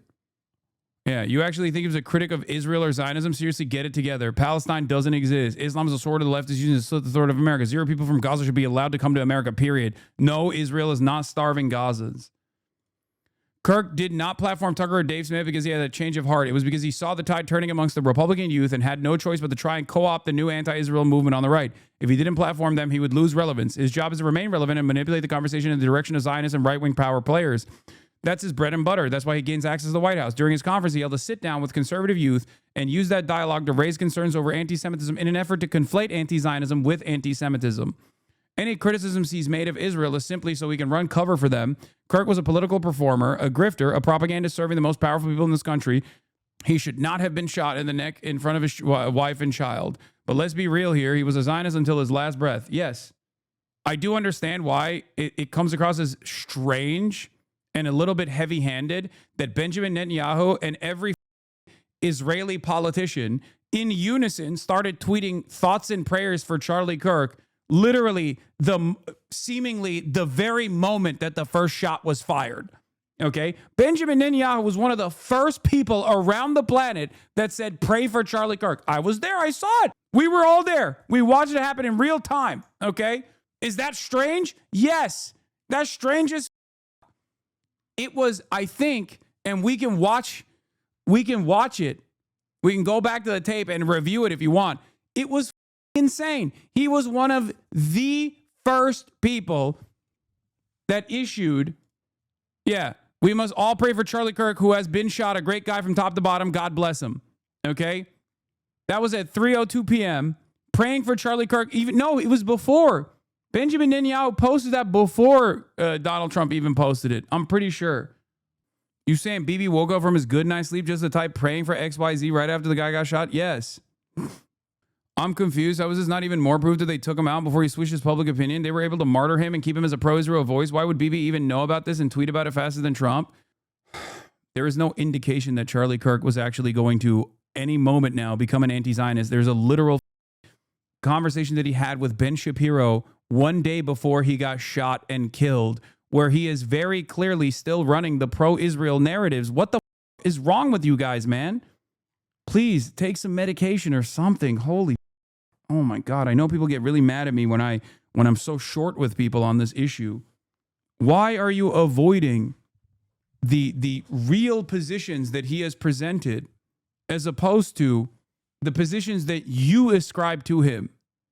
Is it true they found the shooter? No. Anyway, let's move on. There are even people who I respect who have fallen mercy to this kind of thinking. People do love conspiracy theories, though. You are 100% being brigaded to make you talk about this, and probably. Anyway, let's get back to the but news it that sounds we like, do know. Investigators are hot on this person's trail. That's all we got right now. Harris will update as soon as we have more. We'll send it back to you. Bill, thank you so very much. We are at a clip now about every 30 minutes. We're getting something brand new. So we will come back to you as the news warrants right here on Focus. Thank you. Hey, it's Will Kane. Click here. What happened to this video? Damn. The news is coming in. Shit. Breaking messages found on Charlie Kirk's assassin's gun. Fox is running with that too. Very fast now. Breaking news in the hunt for the assassin in Utah. Brand new evidence now. Bill Malushin. Bill, tell us. Yeah, Harris, good morning to you. We heard earlier today that the FBI said they recovered that high-powered bolt-action rifle in a wooded area. Well, now several federal sources confirmed to Fox News that messages were found written on both. Okay, why are you entertaining this conspiracy so seriously? There is not nearly enough information to be making all these inferences, and even less motive. All it's doing is giving the shitlibs and conservatives more ammo. Because when there's an environment of uncertainty, there are a lot of narratives that take root. And my primary purpose in moments like this is to try to enforce critical thinking skills upon the audience, okay? That's my job. That's what I do. This is what I have done every single time there is an environment of uncertainty, okay? Both the gun and the ammunition here, and those messages are currently being reviewed by investigators. We can't confirm what were in those messages, only that messages were found scrawled on. 107, please. The European Parliament rejects request for a minute of silence for Charlie Kirk. Jesus Christ. You need to press. Yep. Yeah. Okay. Madam President, dear colleagues, the murder of political activist Charlie Kirk, a husband, loving father and patriot, has shocked the world. We must strongly condemn political violence and rhetoric that incites violence. Please stand with me in reflection and prayer in his honor, and I yield the rest of my time for a moment of silence. Herr Kollege Weimers, wir haben abgesprochen und Sie wissen, dass die Präsidentin hat eine Schweigeminute abgelehnt. Wir fahren daher fort. Wir kommen zum Bericht von Herrn Stefano Bonaccini. Die Präsidentin hat die Schweigeminute abgelehnt. Bericht von Herrn Stefano Bonaccini zur Zusammenarbeit zwischen Durchsetzungsbehörden im Hinblick auf unlautere Handelspraktiken in der Agrar- und Lebensmittelversorgungskette. Abstimmung, Eintritt in die Interinstitutional. He was never elected to office, but during his 31 years, Charlie Kirk was able to leave an indelible mark on American politics with his willingness to debate the other side. Charlie was a patriot who devoted his life to the cause of open debate and the country that he loves so. Yeah, this is God. There is a neutrality applied to the assessments that people make here. People saying this is AI, by the way, I think there is listen, the reason why people immediately jumped to the AI thing was because there was a massive jump in between when he just like moves his hand in the first 18 seconds. And I think the answer and the explanation for this is clearer than this being like a complete AI video. But instead, it's just a hastily done Photoshop job that has AI upscaling in it. Yeah, his hand enlarged in the video. It's enhancement. It's a feature in DaVinci Resolve. It's AI powered smooth cut. Yeah, I think that's the most likely scenario here, rather than the fact that it was AI or something. His face is drooping. I think he had a stroke. Okay, I don't think so. I'm telling you, I think like the AI that you're seeing on screen is coming from the AI boosting that takes place with like a lot of the editing software that is used nowadays. Okay. It's like a TikTok filter. When you put a TikTok filter on your videos and your face moves weirdly sometimes because the filter is not correctly applied, it's like that. I'll look at his face droop. Maybe they tried to artificially make his face not look droopy. I don't know. And I know the trees move weirdly in the background. I'm not saying that there isn't any sort of editing software utilized here. I'm pretty sure they used Morph Cut. It's a feature in Adobe Premiere Pro that morphs between two separate cuts. If you look under the hands, you see the tie reflection morphing weirdly on the table. I know. And you see the hands, you see the hand size get smaller as well. This is another one of the the things that people are running with. One must ask the question, why? Like, what purpose does this serve if it's an AI generated video? I think what he is saying in this video is far more consequential than what he is saying in the video. I think is far more consequential than like this being an AI video or not. What is this? This is him today. What the? What is this photo, man?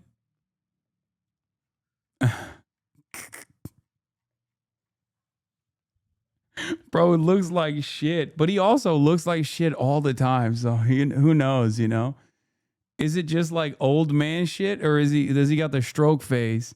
This looks like it's AI upscaled as well, for the record, which is funny that people are like, this is AI, but then they send me a photo and it's like, I think also bass boosted. So much. Kirk took his message to TikTok last year with a series called You've Been Brainwashed, traveling to college campuses, squaring off against students on everything from immigration to abortion. Like, it's not dependent on the mom, and it can be like its own thing. If you have a pacemaker, you're dependent. If you have a ventilator, you're dependent. Babies are in NICU units, neonatal intensive care units, they're dependent. Dependency does not equal its degree of moral worth. Amassing more followers than Fox News, Tucker Carlson, even the Kamala Harris campaign. Speaking here about gender. You can't define what a man is? It's a little opaque. Again, you're looking at a man. But your video, the largest video on TikTok is, what is a woman, 20 million views, but you don't know what a man is in your own worldview? I said you're looking at a man, right? Kirk voiced opposition to gay rights, rejected the separation of church and state, and described COVID lockdowns as government tyranny. He said he was simply speaking truths that others were too afraid to say out loud. Speaking here on guns. I think it's worth to have a cost of, unfortunately, some gun deaths every single year so that we can have the Second Amendment to protect our other God-given rights. That is a prudent deal. It is rational. Nobody talks like this. They live in a complete alternate universe. Kirk began his political journey young. In high school, he led a protest against the price of cookies in the cafeteria. When he was 17, he wrote an op-ed claiming his economics textbook was pushing liberal ideas. That led to his first appearance on national TV. A year later, he co-founded Turning Point USA to take on liberal groups on college campuses. It grew rapidly, with thousands of chapters. By 2016, Kirk was speaking at the Republican National Convention. We work on college campuses across the country. The only way we're going to take back the youth of this country is to storm them, and that is how we're going to make America great again. Initially skeptical of Donald Trump, he quickly embraced the campaign, and during Trump's first term, he claimed to have visited the White House about 100 times. Oh, wow. They even mentioned that. That's crazy. So a lot of people don't know this, and they probably don't remember this, but Charlie Kirk was anti-Trump in 2015. And I think it's important to understand that, because he was anti-Trump because he was he's an operator for the Republicans, right? But once Trump won, he was like, this is the new meta. Trump is going to be the leader of the party, and he just went along with it. And as a matter of fact, he continued to go along with it, and I think this was good instincts for his own careerist ambitions, even when the Murdochs and the Koch brothers and all of the institutional donors of the Republican Party were actually anti-Trump because they were worried that Trump was going to change the trajectory of the Republican Party and was going to be too much of a poisonous force for institutional Republicans. This is why Mitch McConnell was anti-Trump in the before his second term, right? And for me, I think that shows that he at least had good instinct to stay on the Trump train, right? For his own career ambitions, of course. But that also shows that he was mostly just a Republican operative in general. He made the right bet, but you are being dishonest. What does that even mean? Like, for what reason? 2016, most people were. What's wrong with that? What are you saying? Most of them still are anti-Trump. You're an idiot. I'm confused. I'm saying that he had the right instinct when a lot of the institutional donors were anti-Trump to stick with Donald Trump, despite being an opportunist. J.D. Vance is a similar figure. They understood that Donald Trump is the Republican Party. That's it. And they went along with it. And Charlie Kirk, actually, there's a little bit more drama in the background here because like now Fox News is offering a lot of praise to Charlie Kirk. But when the institutional donors of the Republican Party tried to desperately move away from Donald Trump and even present Ron DeSantis as an alternative, if you recall, because like CPAC actually had Ron DeSantis as the primary figure that was going to supposedly be the next iteration of the Republican Party. And it obviously was a spectacular failure, and we all know that now, so most people forgot about it. But Charlie Kirk stuck with Donald Trump through that process. Okay? And he won big for that reason. But in that time frame, Fox News actually stopped having Charlie Kirk on for a brief period of time before Donald Trump obviously became the leader of the party and everyone had to capitulate to his whims once again. So that's also something to consider here. Insiders calling him the Trump whisperer. He's done something that is just incredible for somebody really of his age. Yeah, I saw the Trump photos from the 9/11 memorial. I'm gonna keep it $150. That got a stroke, bro. That's crazy. Okay, now I am a little bit more committed to he got AI base boosted on his face. Yeah, no, that's not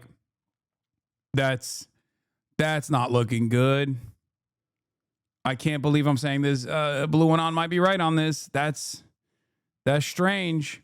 I have to see more. But Blue and On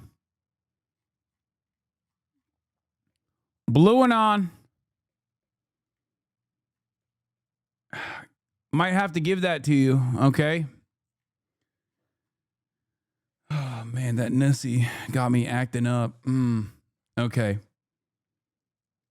Watch the clip. Watch the video is even worse. In all seriousness, what's going on here? POTUS scheduled to be at the Yankee game tonight as well. E. Taylor.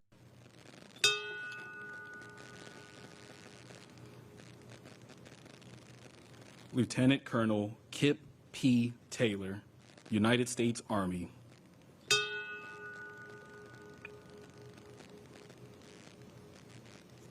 Leonard E. Taylor.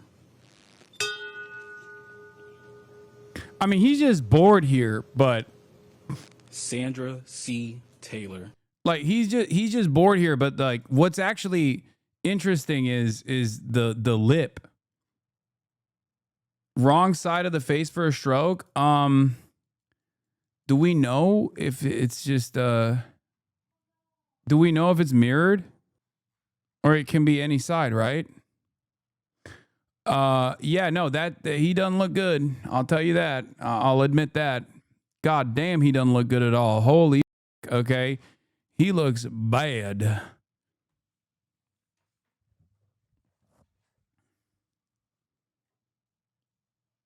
Don't say Nussy for a while, bro. Come on. What? Why? That looks like a couple massively. That's also the look of a couple massively in love. His face is just flying at half mast. Excuse me, that man is a father and a grandfather. How dare you make light of his possible stroke like this? Yeah, he's leaning left right now. Let me tell you, okay? First time in a long time. He's just mewing. Okay, stop. Can you change the tab away from the Nussy? Oh, it got you acting up too, huh? That's what happened, huh? Steven Crowder has been subpoenaed by the ATF. Oh, that's so funny. Bro, it's stuck like that. Look at the full. Wait, is that from today? I can't get a good read on that one. But the whole day, he was drooping left, dude. It looks minor, though. I mean, and it's not... What the heliante, brother? What the hell? You can't see the Getty images. is right in the way, but vaccine? Vaccine, question mark? Okay. Let's get back to this. Tremendous talent to do what he's done, building one of the most powerful youth organizations ever created, Turning Point USA, and I want to thank you, really, Charlie. Incredible job. After the 2020 election, Kirk was among those promoting false claims of election fraud. 4 years later, after Trump's re-election, he was credited with delivering the youth vote. His mission was to bring young people into the political process, which he did better than anybody ever, to share his love of country and to spread the simple words of common sense. On campuses nationwide, he championed his ideas with courage, logic, humor, and grace. This is... Yeah, I mean, I don't know. It just could be... It could be base boosted a little bit. Like, I mean, like I said, it's the reason why you're seeing all this like weird shit is because there is obviously like editing tools that factor AI, like AI upscaling and the artifacting and stuff that you see in that video is most likely a consequence of that. I don't think it's like a full blown AI video, like it's a fake Trump or anything like that. I think it's just like him talking. And there's definitely a filter, and people have said it's like a morph edit. But it's not dissimilar to the way like a TikTok filter works sometimes, and that's it.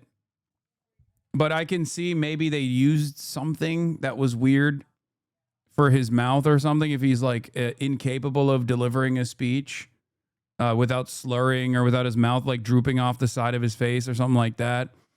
But people said like, look at the hands and whatnot. But that like hand placement at the 18th second where his hand like literally changes sizes, like all of that stuff can happen with AI, or not AI altogether, but with some sort of like upscaling software that they're using that utilizes AI. Like that's it.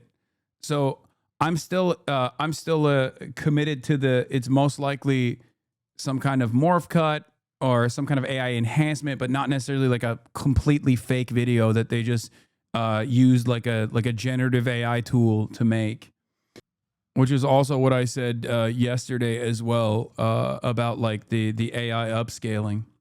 So that seems like the most likely outcome. There was a couple other conspiracies that I want to address as well. One which I also personally entertained in private, not in public, but last night. So there were some Eddington moments, some Eddington-ass moments that took place with some of the information that was revealed. Some are completely ridiculous. Others are not so ridiculous. Number one, people saying like, oh, Charlie Kirk's security detail, we're doing hand signals.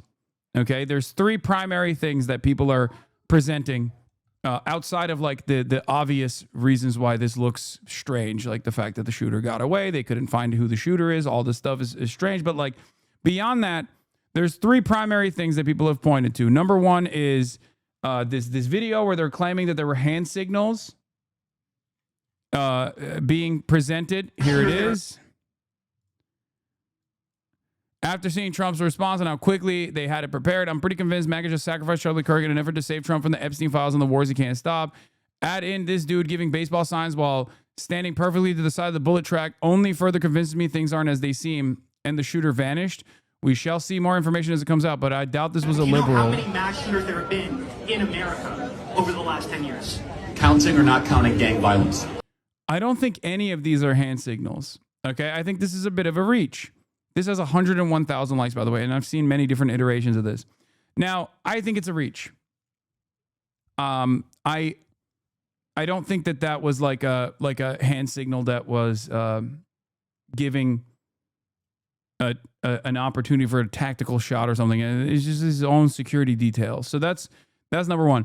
The other one was what were the three different ones? God damn it. One was the hand signal. The other one was the private jet. But I'm going to talk about the private jet one too. But hold on. I was talking to Kyle Kalinske about this. And I'm going to give you the private jet one. The private jet one is the one that I entertained as well. and I talked to some other like visual investigations people, and no way, man. Totally normal to give kill shot signals from downrange, a meter from the target. Yeah, exactly. That stuff is kind of ridiculous. But hold on. Let me see what are the ones he presented. God damn, I got so many people sending me shit. Oh, and then the AI. We already covered the AI, Trump AI one. But the last conspiracy that was this week, Mr. President, Wait. I witnessed more than 60 people in DRC Congo were killed. There is people Wait, affiliated what? with He doesn't seem so droopy now. What now, liberals? Blue and on. He doesn't seem droopy at all. for Congolese people. Well, we're going to be talking to them. As you know, we are talking to them. It's a very violent place. It's very, very violent. Bad angle. He's cloned. No, man. He just doesn't look. He doesn't look droopy. Oh, come on, come on. He got no droop. We can be honest, right? Maybe it's the camera angle, but come on, It's move your terrible. face They ought more. to be ashamed of themselves. It's terrible. Why haven't they found the shooter yet, Mr. President? Are you concerned that it's been 24 hours? Well, I hear they're making big progress, and we'll have to see what happens. Do you have any indication of the shooter's motivation, sir? I have an indication, yeah, but we'll let you know about that later. Thank you. About the Russian attack in Poland. You spoke with Uzbekistan president, and this last Sunday you sent greetings to Kazakhstan. UN General Assembly is upcoming. Are you going to meet with the presidents of Central Asian countries? President where? Central Asian countries, Kazakhstan, Uzbekistan. I will be, yeah.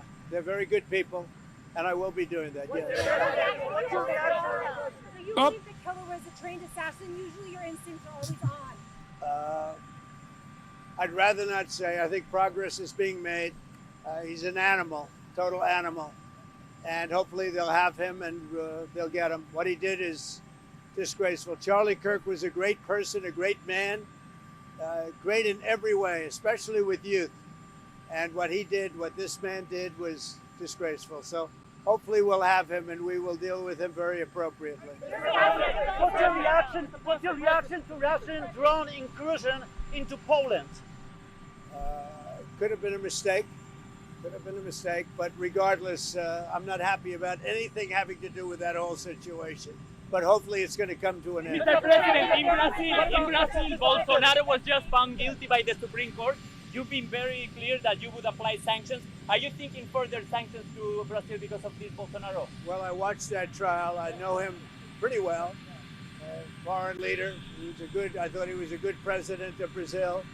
And it's very surprising that that could happen. That's very much like they tried to do with me, but they didn't get away with it at all.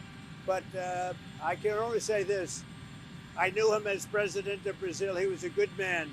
And I don't see that happening. I'm very sorry for your loss, for everybody's loss. I'm very sorry for your loss, first of all. Thank you. How do you think Israel's attack in Doha will affect the hostage deal? You better say it a little bit more. Where are you Okay. from? I'm from Israel, Channel 14. Okay, It's like go ahead, do Israeli it again. Fox. Do it Okay. again. How do you think Israel's attack in Doha will affect the hostage deal? Well, hopefully it won't affect it at all. We want the hostages out, and we want them out soon. Hopefully it won't affect it. Mr. President, my condolences, sir. My condolences on the loss of your friend. How are you holding up over the last 3.5 years? I think very good. And by the way, right there, you see all the trucks. They've just started construction of the new ballroom for the White House, which is something they've been trying to get, as you know, for about 150 years. And it's going to be a beauty. It'll be an absolutely magnificent structure. And I just see all the trucks. We just started, so it'll get done very nicely, and it'll be one of the best anywhere in the world, actually. Thank you so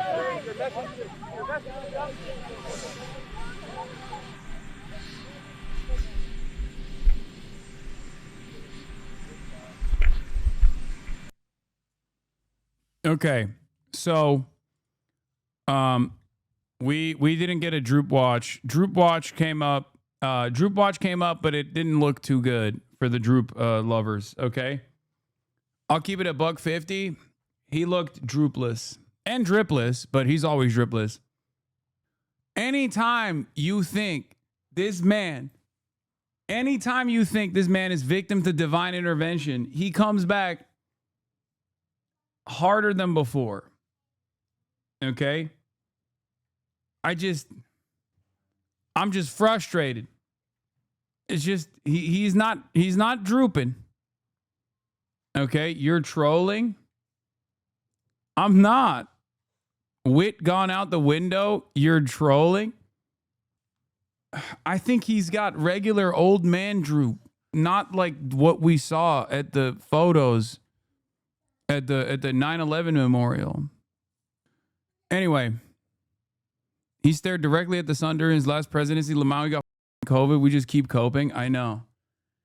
The last part of the conspiracy puzzle that even I found myself at the mercy of for a brief moment was the private jet that took off. The private jet that took off from the private jet terminal that is like 12 minutes away from UVU campus. Okay? So, given that I loved Ari Aster's Eddington and urged everyone to watch Eddington as well, I am willing to admit that maybe I was a little heavy-handed. This is from a guy named Cillian, I think. He posted this. Oh, here. Okay, this is it. Why did a private jet go dark for 20 minutes after Charlie Kirk was taken out? Let's line this up. Charlie Kirk is assassinated at a Utah Valley event. Exactly 12 minutes later, a private jet, tail number N888KG, departs from a private airfield just a few miles away. The jet's transponder goes dark mid-air. No radar signal, no flight path, no destination logged. It reappears headed back to the U.S., not wherever it went. No public manifest, no confirmed passengers, no statements from the FAA or FBI. The FBI's manhunt has yielded no suspect, no motive, and no arrest. So I thought it was like also very suspicious. The private jet turns off its ADB transponder, which is illegal, obviously, and then it turns it back on when it's like landing in Provo, right? And I talked to Austin about this. I talked to a bunch of visual investigations people about this as well. And the thing is, that can happen. Like there are areas apparently where like that can just fail and you can just like lose connection. The websites that are tracking this stuff also are not very reliable in terms of like real-time information. I'm a pilot. Transponders aren't actually required for a lot of flight operations. Okay, that but it was on and then it turned off. That's what's suspicious about it. But when you look at it, it turns out that one, the websites that do real-time tracking are also not exactly very good. They're not always reliable. That's number one. And number two, there are dead zones, from what I understand. Yeah, okay, if it's flight radar, that just happens. Yeah. And from what I understand, that is potentially a dead zone as well. So that's, I think, a much better assessment of the situation. Who owns N8KG? Why wasn't the FAA grounded it? Anyway, why was it a transponder off? A violation of federal law, blah, blah, blah, all this stuff. But the pilot could have planned that going through a dead zone. Okay, but that's not reliable. I'm a better pilot, and the flight that aircraft was taking would have required a transponder. Okay, hold on. Is it common for private jets to take off their airfield? Yes. It's a private jet airfield. In Provo Airport, it left 30 minutes into the flight. The plane dropped its ADS-B, which shows location, altitude, speed, and air traffic control, and reappeared 45 minutes later, heading back to Provo. But no transponder on 9/11. Yeah, exactly. I just looked at the tail number on ADS-B Exchange, and it went through its flight history, and it makes the same trip it did yesterday a bunch of times. Yeah, I think it's just a Utah billionaire that uses, unironically, Taylor Swift style, uses his private jet to fly inside of Utah with regular frequency. That's what I think it is. But where was it? God damn it. There's a ton of dead zones. Not suspicious at all. NA8KG flew into an area with poor reception, nothing weird as far as I can tell, until they flew below the line of sight of local receivers that were broadcasting the whole way. Lots of mountains and valleys get in the way of reception too. Yeah. So that is the what would even be the insinuation? Oh, that the shooter is I mean, it's like espionage, or not espionage, but like it's an intelligence asset that quickly was exfiltrated after the assassination, and just like got on a private jet and was moved elsewhere. Leftists famously use private jets. Wait, no, that's not the point at all. Private jets have been used in like CIA operations and shit all the time. That's normal. Or even Cessnas too. That's why I said it's Eddington. For those of you who haven't seen Eddington, there's a scene in Eddington where this literally happens. So, you know, I got Eddington on my mind. But yeah. Thoughts on the Lib Debate Bros reaction? I mean, they're kids, man. They're young and they're traumatized, and they feel close to the matter because of their proximity to Charlie Kirk. Like I don't know. I just like I know that the first inclination is to say like, oh well, one of them was literally there, so that's already like an inherently traumatic experience. And the other, again, has like trailed him around. The other has, followed him around. Parker was there literally, and Dean was slated to, continue following around at these like campus events so he can get like a dunk on him. So I think like that's mostly what it is. That's the reason why they were like crying and stuff. Wouldn't it be similar to your feelings? I mean, I'm a little bit older and been around the block quite a few times, and also have ideological convictions that it's just like that make me see every situation in a totally different lens. So I mean, but I was traumatized by what I saw too, and remember, like I look at traumatic incidents every day. I've seen the charred flesh of so many children in Gaza. And while that is also insanely traumatizing, insanely brutal, and it desensitizes you to that sort of thing, it's still a little bit different when it's a dude that you know. And it's also a dude, not only is a dude that you know, even if you don't like them, right? It's a person that's basically doing what you do on the other side. Which is why I kept repeating yesterday over and over again that, I kept repeating over and over again, like I am too close to this situation, I'm too close to this situation because, one, I was supposed to appear at a public event alongside him in 2 weeks. Two, this is a person who I have debated in the past at public events. And last but not least, as someone who is a political commentator who does public events with regular frequency, that is the thing that's always on the back of your mind. So watching it unfold is like, it's like seeing your own scariest scenario unfold in real time. That's it.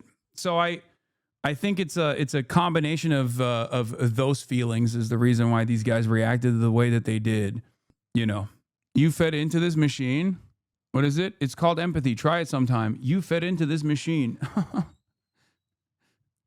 I'm empathetic to my enemies far more than they are to me. To such it's ironic because like saying it's called empathy, try it sometime about Charlie Kirk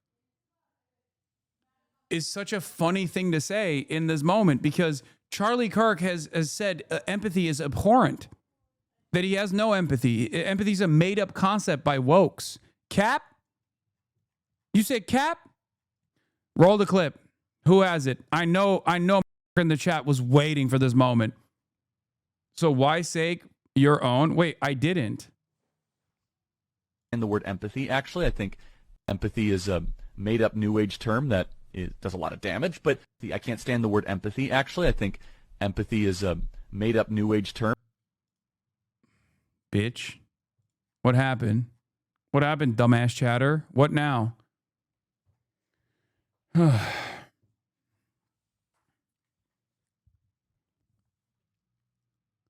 Bro's just a tourist. Like, he's just here. He's just in it for the love of the game. You know, here, you want to see the full clip? This is the full clip. He said Bill Clinton invented it, I think. There's some really good polling out of Alaska that shows that Kelly Shabaka is gaining on Lisa Murkowski and is in a very, very good position despite the unconstitutional, immoral, incredibly complicated rank choice voting system. Never should have been approved. It's silly. It's backwards. It's rigged. It's awful. So the new communication strategy for Democrats, now that their polling advantage is collapsing in every single state. It's collapsing in Ohio. It's collapsing even in Arizona. It is now a race where Blake Masters is in striking distance. Kerry Lake is doing very, very well. The new communication strategy is not to do what Bill Clinton used to do, where he would say, I feel your pain. Instead, it is to say, you're actually not in pain. So let's just, very short clip. Bill Clinton in the 1990s, it was all about empathy and sympathy. I can't stand the word empathy, actually. I think empathy is a made-up New Age term that does a lot of damage, but it is very effective when it comes to politics. Sympathy I prefer more than empathy. That's a separate topic for a different time. Here's cut 65.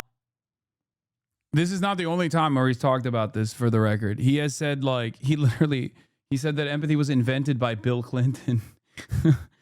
It's a New Age concept. Yeah, I mean, this man is a real yapper, or was a real yapper, right?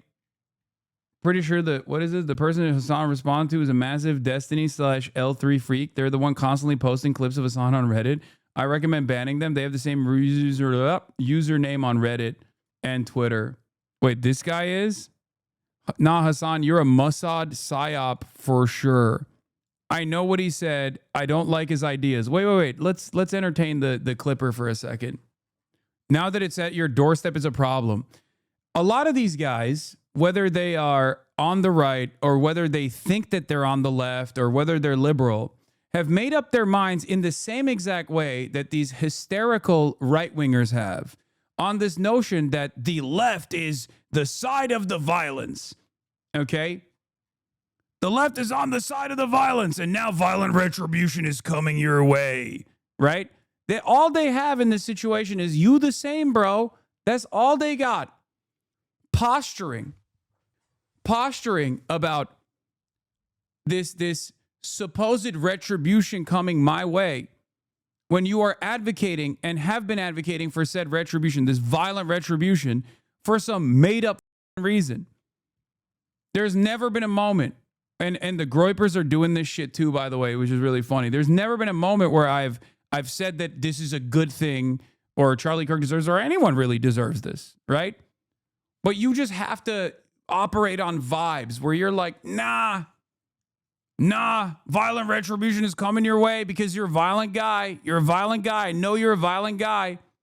And the instances that they try to present in this regard are always shit that I was never advocating for, you know, things that they try to posture, things that they try to prop up as like, as me being committed to doing violence. If I was committed to Charlie Kirk being shot in broad daylight, why the would I want to debate him? Why the would I say yes to being next to him at a public event? They never think. He posts Hutch clips of the H3 subreddit. Yeah. And it's so crazy. At what point, chatter, Tom Cotton, Rick Scott, somebody's got to do it. You know what's really funny about the someone's got to do it narrative? That's me describing the overall environment of uncertainty. If you go back and you listen to my commentary on Luigi Mangione, you would also realize, allegedly, when Luigi Mangione allegedly shot and killed Brian Thompson, I talked about adventurism and decentralized violence. And I talked about why society broadly was receptive to this otherwise very violent move. And the reason why society was broadly receptive to this otherwise very violent move is because of the increasing uncertainty and the social fabric unwinding in broad daylight in real time. The material conditions deteriorating. This causes a lot of enmity. This causes a lot of animosity. This causes a lot of anger. And in all of that anger, when there is no direction, there's no pressure valve to release in the form of democracy, in the form of the democratic process, in the form of like a comprehensive legislative agenda that provides tangible improvements that people can see and feel, they just get increasingly swept away with said anger. Okay? That's it. Yeah. Like notice also that you present yourself as a liberal, right? You think you're a liberal. You like H3H3. You like Destiny. You think these guys are liberals.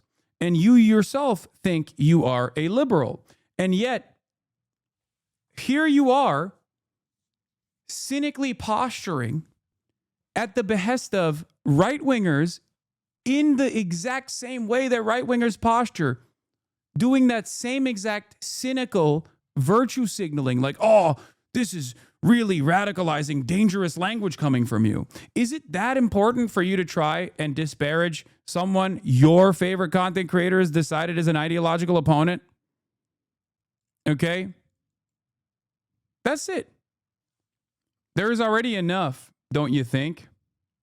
There's already enough hatred directed my way from the right. People fantasizing about openly killing me. Why do you as a liberal also choose to participate in this pylon with also the exact same cynical framing? Like, what good does this do? As I've said before, even if I was like murdered in a similar fashion, right? Would that actually improve your life?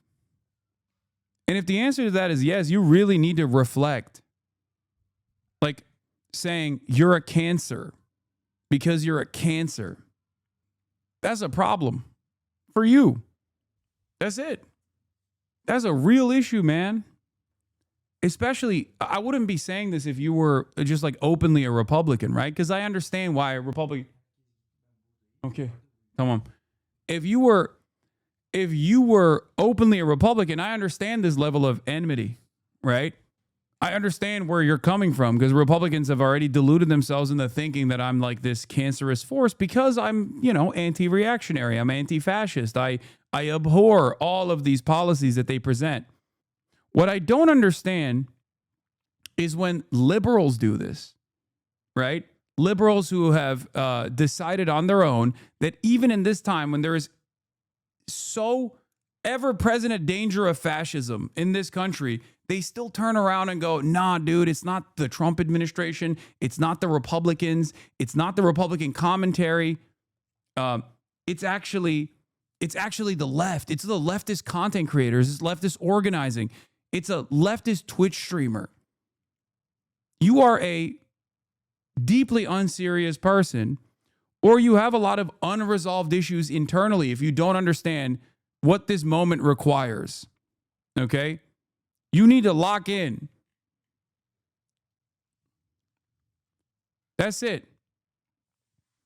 And I need to lock in too. I need to stop talking to shit libs who, even at this moment when Donald Trump is literally doing military invasions on American cities, talking about how he's going to destroy any kind of leftist and liberal organizing in the country, falsely blaming the entirety of the Democratic Party on the assassination of Charlie Kirk, while simultaneously really increasing the violent rhetoric on his side. Those who still turn around and say, it's the left's fault.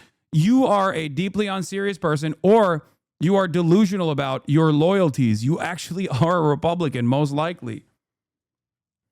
That's it. It's lunatic behavior. It makes less sense than the way that Republicans present themselves. At least I can understand that, I can understand why a Republican feels that way. I get it. They've spent a life of delusion. They have a lifetime of reactionary opinions that they have not checked. I can't come to terms with people who fancy themselves to be liberals who take this position, though, especially right now. because fascism is here. It's here. It's here. We have masked thugs black bagging people at court hearings, at factories, at farms. We have unimaginable political repression. We have an administration that is trying to actively beef up the Gestapo, right? Soldiers that are loyal to the cause and getting paid and rewarded handsomely to do so. And you look at the situation and you think to yourself, you know what's going on?